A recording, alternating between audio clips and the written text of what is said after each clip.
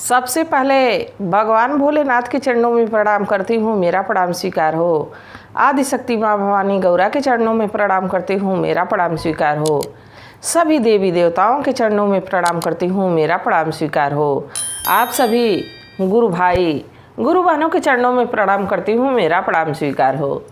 गुरु भाई गुरु बहनों, आप लोगों के सपोर्ट और आशीर्वाद से ये महादेव की कथा और शिव भक्तों तक पहुँचती है। जो मैं कथा सुनाती हूँ बिना आपके सपोर्ट के कहीं और नहीं पहुँच सकती है। तो प्लीज़ लाइक शेयर ज़रूर कर दीजिएगा। आप लोग लाइक शेयर करेंगे तभी तो महादेव की कथा और शिव भक्तों तक पहुँचेगी।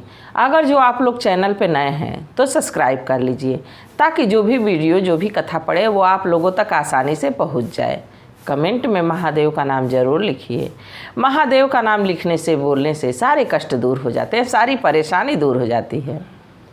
गुरु भाई गुरु बहनों, हम जो कथा सुनाते हैं महादेव की कथा तो सभी अच्छी होती हैं। जब भगवान की ही चर्चा रहेगी तो अच्छी ही रहेगी।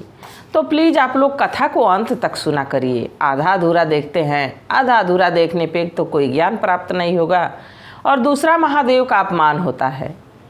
जब हम कहीं कथा सुनने जाते हैं तो वहाँ ब्राह्मण देवता यही बताते हैं कि कथा को या तो कथा में आओ ही ना, या आओ तो कथा पूरी सुन के जाओ। तो कथा को पूरा सुनना चाहिए गुरु भाई गुरु बहनों। कभी कथा का परित्याग नहीं करना चाहिए। कथा का परित्याग करने से पाप लगता है, दोष लगता है। तो प्लीज़ आप लोग कथा को पूरा सुना करिए। देखिए, एक गांव में एक शिव का भक्त रहता था। शिव का भक्त महादेव की मार्केट से एक फ़ोटो, एक प्रतिमा खरीद के ले गया और ले जाके स्थापित कर दिया। एक अपना जहाँ आसन बनाया था, पूजा पाठ करता था वहीं। और वो बहुत बड़ा बिजनेसमैन था। तो किसी से कहते सुना कि अगर जो भगवान से मांगो तो भगवान छप्पड़ फाड़ के देते हैं, अगर जो भगवान की पूजा पाठ करो तो भगवान छप्पड़ फाड़ के देते हैं।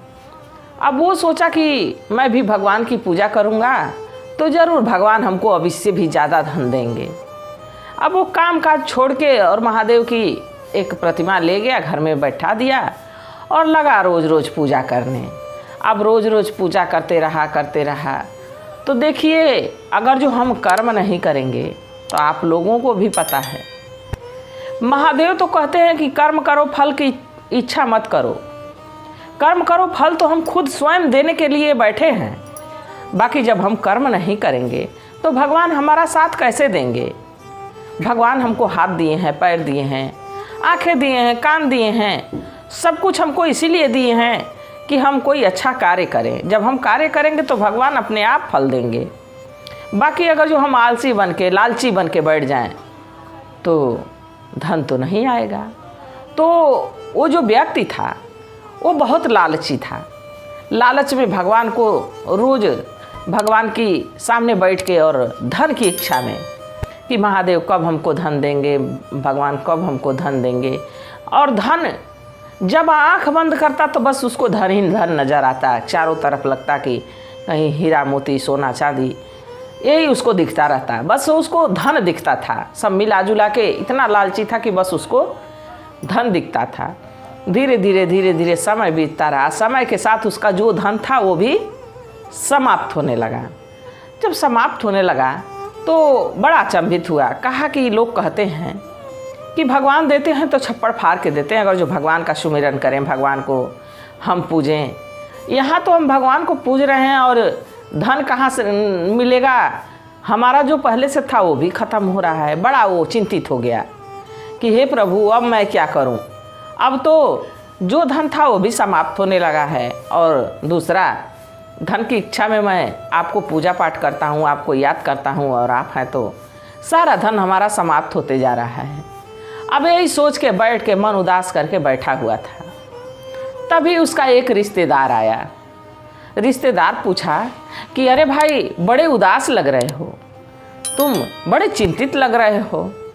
तो व्यक्ति कहा, हाँ चिंतित हूँ, क्योंकि इस समय हमारा बिजनेस कुछ ठीक ठाक चल नहीं रहा है और मैं यही सुनता था कि भगवान की पूजा पाठ करो, भगवान की आराधना करो तो भगवान छप्पड़ फाड़ के देते हैं।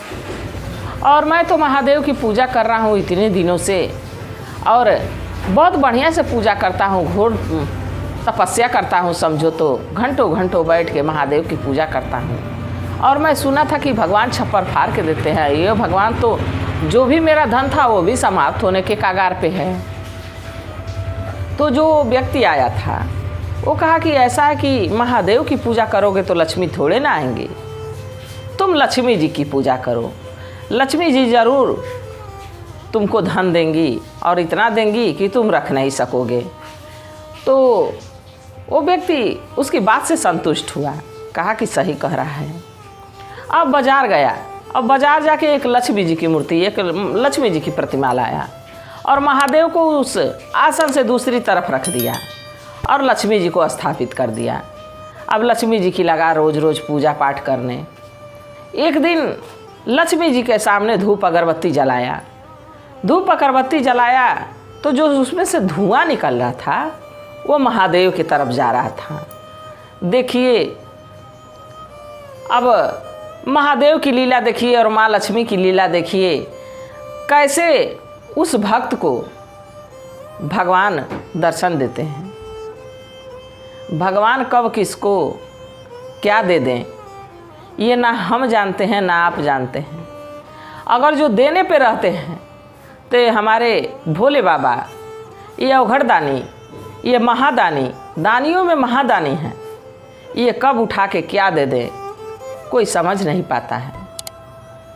ये तो अपने भक्त को उठा के अपनी सोने की नगरी यानी सोने की लंका जो माँ पार्वती के लिए बनाए थे वो भी दान में दे दिए। गुरु भाई गुरु बहनों, ये ऐसे दानी हैं। अब क्या किए कि धुआं अब महादेव की तरफ जा रहा है तो वो भक्त सोच रहा है कि देखो इनका कितने बड़े चोर हैं। मैं तो लक्ष्मी जी के लिए अगरबत्ती जलाया हूँ और अगरबत्ती का धुआं अपने चुरा के सूंघ रहे हैं। अब लक्ष्मी जी की जो पूजा पाठ वो जूठा हो रहा है, धुआं तो ये सूंघ जाएंगे तो लक्ष्मी जी को कैसे महसूस होगा कि अगरबत्ती हमारे लिए है, पूजा हमारे लिए हुई है। ये तो चुरा रहे हैं। अब पूजा पाठ के सामान में रुई थी, रुई निकाला और महादेव जी की प्रतिमा के पास लेके गया, जहाँ उनकी नाक थी वहीं दोनों तरफ रुई रख दिया।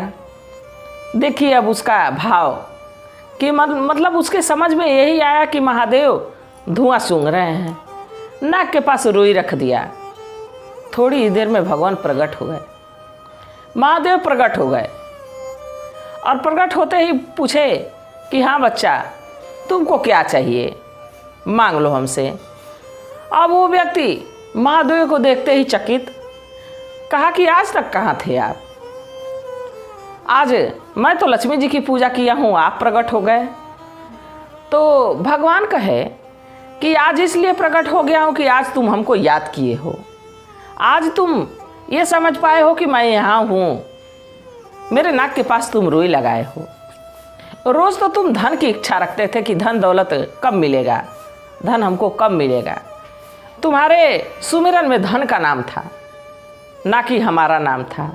आज तुम हमको हृदय से याद किए हो और तुमको ये लगा है कि हम यहीं पे हैं तो हम आ गए हैं, मांगो क्या चाहिए। तब उस व्यक्ति के समझ में आया कि भगवान हर जगह रहते हैं, हमको क्या मांगना चाहिए। तो देखिए अब उसको अपना ज्ञान प्राप्त हो गया। वहीं से महादेव को अपना गुरु बनाया, कहा कि हे प्रभु हमको कोई धन दौलत नहीं चाहिए, आप दर्शन दे दिए, हमारा जीवन धन्य हो गया, हमको कुछ नहीं चाहिए। महादेव कहे कि नहीं कुछ तो मांग लो। तो कहा कि हे प्रभु अगर जो देना ही चाहते हैं तो अपने दरबार में हमको जगह दीजिए और आप सदा हमारे साथ बने रहिए। देखिए जब भी मांगना हो तो रब को ही मांग लो, जब भी मांगना हो तो रब को ही मांग लो। जब रब हमारे साथ है तो सब हमारे साथ है। जब भगवान ही हमारे साथ रहेंगे, प्रभु ही हमारे साथ रहेंगे तो हमको किस चीज़ की कमी रहेगी। जब हमारे दुख दर्द वो समझेंगे, हमारे सुख को वो समझेंगे, सारे हमारे साथ जो हो बीत रहा है वो सब महादेव समझेंगे। तो जब महादेव समझ रहे हैं तो जिस चीज़ की कमी रहेगी हमारे जीवन में वो खुद ब खुद पूरी कर देंगे, तो हमको मांगने की ज़रूरत कहाँ पड़ेगी। तो गुरु भाई गुरु बहनों, आप लोग भी भगवान पे विश्वास और भरोसा रखा करिए। जब आप लोग सच्चे हृदय से सच्चे मन से महादेव को अपना लिए कि हे महादेव, हे शिव गुरु, आज से आप हमारे गुरु हुए, हम आपके शिष्य हुए, और हमारा जो सुख है वो आपका है, जो दुख है वो भी आपका है, जो हमको आप दिए हैं वो सब आपको समर्पित है। अब आप जानिए कि हमारी जीवन लीला में कौन सी लीला दिखानी है।